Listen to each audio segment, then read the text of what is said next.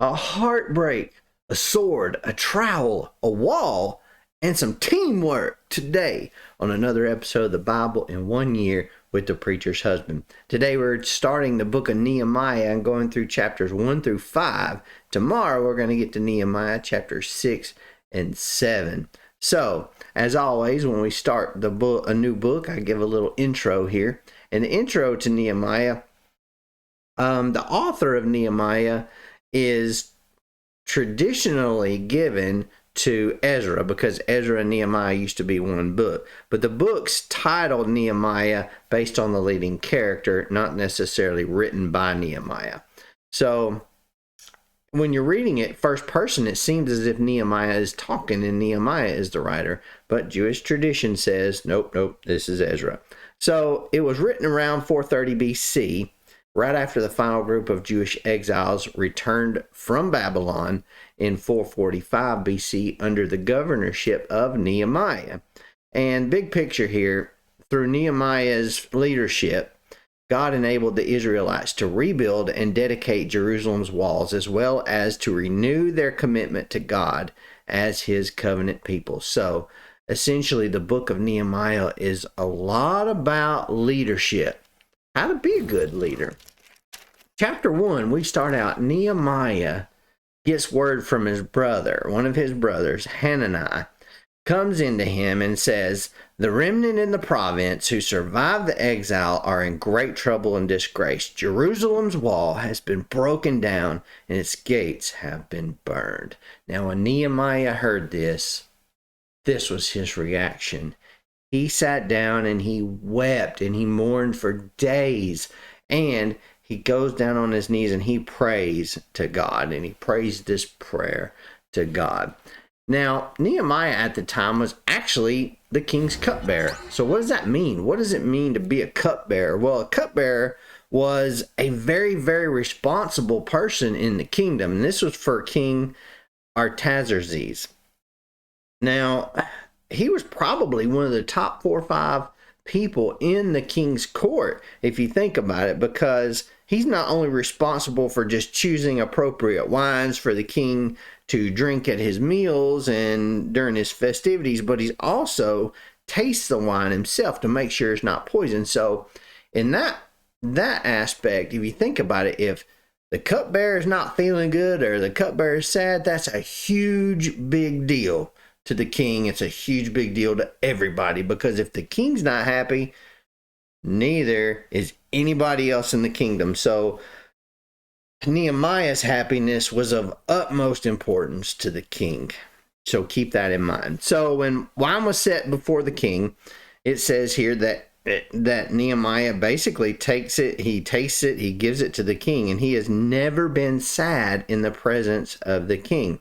So when he was kind of sad at this moment, the king notices right away, and he basically says, why are you sad when you're not even sick? So he says, Nehemiah says, why should I not be sad when the city where my ancestors are buried lies in ruins and its gates have been destroyed by fire? So the king asked him, what's your request? And of course he says, send me to Judah, to the city where my ancestors are buried, so that I can rebuild it. Now, you got to keep in mind here in that first verse, it says this during the month of Nisan in the 20th year. Now, this was about 4 months after Nehemiah got the news from his brother that the town had been destroyed. Now, why he waited that long to make his request to the king is not really known, but there is some speculation. It's possible that the king had spent the winter in Babylon rather than in Susa, so he wasn't around, or it could be possible that Nehemiah had waited for the Tukta, which is a Persian feast in which the king would often grant the requests of those who are subject to him. And that's probably the case here, because this would have happened right during that that feast. So the king asked him, he asked to go so he can rebuild it. And the king said, well, listen here, you're my royal cupbearer, you're an important person, how long are you going to be gone? And he said, well, I gave him I told him exactly how long I was going to be gone, and it made him happy. So I also said, can you have some letters written to the governors that are along the way of the regions along the way so I can get safe passage? He's like, yeah, sure. And he goes, also, can I have a letter that's written to Asaph, the keeper of the king's forest, so that he's going to give me timber to help rebuild with it? The king's like, sure, do that too. Matter of fact, I'm going to send some officers of the infantry and some cavalry with you as well to protect you along the way. That's how important Nehemiah was to the king, that he would send cavalry riders and infantry officers with him. So when these guys, Sanballat the Horonite and Tobiah the Ammonite, heard what was going on, they had come to pursue, that someone had come to pursue the prosperity of the Israelites. This did not make them happy. They were not excited that Jerusalem was going to be rebuilt. So Nehemiah states here that after he arrived in Jerusalem, that he had been there for 3 days and he got up at night. Well, if we remember in Ezra also rested for 3 days when he arrived in Jerusalem. That was typical for after making a long journey, that you would rest and recuperate before you did whatever it was that you were going there to do. So both Ezra and Nehemiah does this, and that kind of establishes that that was part of their culture and their routines as well. So he gets up 3 days later in the middle of the night. He doesn't tell anybody what's going on, and God had laid on his heart to come and rebuild Jerusalem. Didn't tell anybody. So he goes and he looks around, he inspects the walls and the gates, and nobody knew what he was doing. But these officials there, who didn't have any clue what was going on, he's referring to Jewish officials here, kind of come out there like, hey, what's going on here? And he says, look, you see the trouble that we're in Jerusalem. Jerusalem lies in ruins and its gates have been burned. Come together, let's rebuild Jerusalem's wall so that we will no longer be in disgrace. And what do you think happens? Dun, dun, dun, dun. Nehemiah inspires the people, and they say, yeah, let's get started building. Let's do this. So they're excited, and he gets them worked up and gets them fired up and ready to rebuild the wall and rebuild Jerusalem. But when this guy, the bad guy, Sanballat and Tobiah, heard, and also this other guy, Geshem the Arab, heard about this, they mocked them and despised these people. And they said, what are you doing? Are you rebelling against the king? Because the king had basically destroyed Jerusalem and said, this will never be a town again. But Nehemiah responded to them and said, the God of the heavens is the one who will grant us success. We, his servants, will start building, but you have no share, no right, or historic claim in Jerusalem. So we move on to chapter 3. Now, the high priest Eliashib is mentioned here right in the first verse, and this is super important. It says that Eliashib and his fellow priests began rebuilding the sheep gate, and they dedicated it and installed its doors. This dedication process was a huge deal. It was a big deal. And the fact that the high priest Eliashib was doing it was an even bigger deal. You get to verses 3 here. The sons of Hassaniah built the fish gate. Then you see in verse 4, next to them, Meremoth made repairs. Beside them, Meshullam made repairs. Next to them, Zadok made repairs. Beside them, the Tekoites made repairs. You see, this is establishing a pattern where each individual in Jerusalem and each individual family started rebuilding pieces of the wall and the gates and things that were in front of their homes, and everybody was chipping in a good teamwork mentality. Everybody was doing something to help out in this project. It became a massive repair project. But notice the Tekoites, their nobles did not lift a finger to help their supervisors. Keep that in mind for future reference.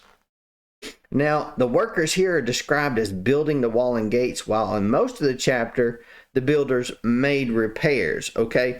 So this may suggest that the wall in the northern section where they had started near the sheep gate was probably so devastated that they just had to start from scratch. In most areas, the walls were just knocked down in pieces and parts, and they would repair the walls. But in this section, they had to rebuild it from scratch. So over and over throughout this chapter, it says, next to them, beside them, they made repairs. They rebuilt after him, next to him. All of this refers to teamwork that's going on. We get to verse 16, and there's the mention, after him, Nehemiah, son of Azbuk. Remember, this is not the Nehemiah that's the governor here. This is a different Nehemiah. Who knew there would be two Nehemiahs in the same book of the Bible? Who knew? Who knew there'd be more than one John in the world, right? But the text continues here to describe the construction of the south to north along the eastern side of the city. The fact that the descriptions here are not of gates in prominent places along the wall, but locations within the city may be indirect evidence that Nehemiah abandoned the 8th century wall that was lower down in the valley and established a new wall closer to the summit. So, they also go on to repair the angle, the water gate, the tower on the Ophel, the horse gate, the inspection gate, and the sheep gate. Well, the angle was an interesting thing to me, and I really don't know what the angle is anymore. If you look at it in verse 19, it may refer to a prominent place where the wall changed direction, or it may possibly be a natural feature such as a hillside or an escarpment that causes the wall to go in a different direction. That's the best I got on that one. So we move on to chapter 4.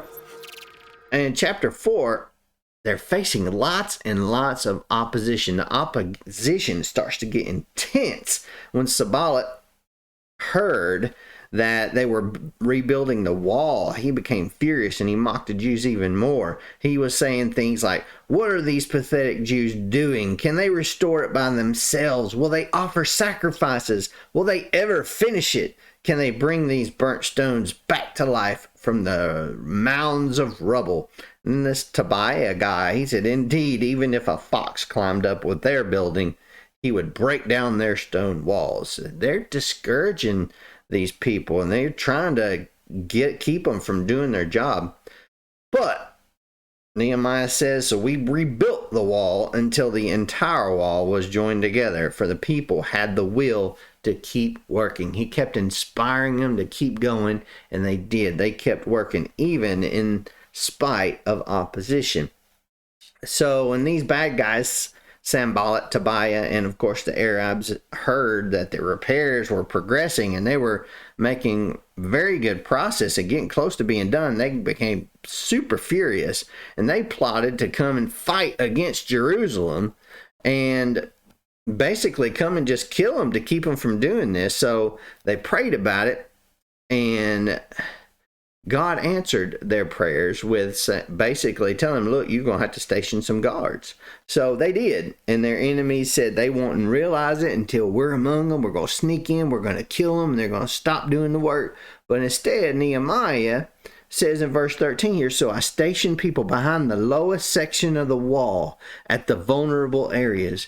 You remember what we talked about in Ezekiel chapter 22 verse 30 about standing in the gap? Well, that's exactly what Nehemiah is having them do here. And then verse 16, from that day on, half my men did the work, while the other half held spears, shields, bows, and armor, and they guarded those who were working. And during the daytime, there was a shift of guards and a shift of workers. And at nighttime, there was another shift of guards and shift of workers. And they kept working. It only took them like 52 days to get done with this whole thing. But we get to chapter 5. And there are some problems in chapter 5. They were working hard and they was getting hungry. And there wasn't a whole lot of resources available for them as far as food goes. And the people started rising up and saying, listen, we are hungry, we are starving, we're having to get grain, we need some grain so that we can even eat and live. We've mortgaged our fields, we have basically borrowed money to pay the king's taxes on our fields, and we are starving. We're powerless because our fields and vineyards and stuff don't even belong to us. Even the food we're growing during this famine time is going to pay off the debts that we have. We don't even have anything to eat. So they're pretty ticked off about this. And then Nehemiah listens to him. He said, you know what? That ticks me off too. I'm pretty ill about this too. Here's what's going to happen. And he goes and he accuses the nobles of charging their own countrymen interest. In other words, the nobles that were living right there among the Jews were were charging them interest while they were starving. This was a horrible thing. And so he calls this large assembly together and he says, look, we've done our best to buy back our Jewish countrymen who were sold to foreigners into slavery, but now you sell your own countrymen, and now here we are having to buy them back again. This is not good. He said, what you are doing isn't right. He said, you're charging them this interest. Stop doing it now. Return their fields, their vineyards, their olive groves, and houses to them immediately, along with the percentage of the money that you've been charging them for the grain, the new wine, and the fresh oil that you have been assessing them for these loans you've given. And they responded, whoop, sorry, dude, you got it. We're going to do it right now. We'll do as you say. And they did. So he basically stood up, said, here's what you're doing wrong. And they corrected their ways right then. That was super strong leadership. So it says, so I summoned the priests and I made everyone take an oath to do it. So he not only had them do it, he made them promise not to do it again and take an oath to God that they wouldn't. And then we get into the next section here. And we get into verse 14 and 15. It says, I and my associates never ate from the food allotted to the governor. The governors who preceded me had heavily burdened the people. It kind of reminds me of Donald Trump in a way, how he didn't take money for being the president. The money he got paid for president, he would donate and give to others and such. Now, it said, instead, I devoted myself to the construction of the wall. In other words, that single-minded focus of what he was doing. This is his gain. He said he didn't buy any land. And this is an important statement here at the end of verse 16 where it says, we didn't buy any land, because those at the center of power often use their power to get sweetheart deals to entrench themselves and their friends into political positions and also enrich their own lives personally.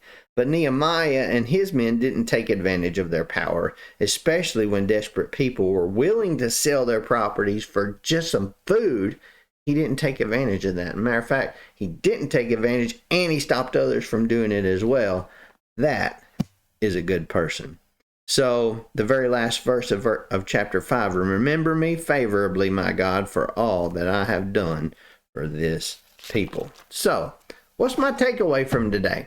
Well, my takeaway from today is basically that distraction from the Lord is always a real danger. There's always distractions and naysayers that are trying to take us away from the things that we're trying to accomplish, both for Jesus and for our families and for everything else that's going on in our lives.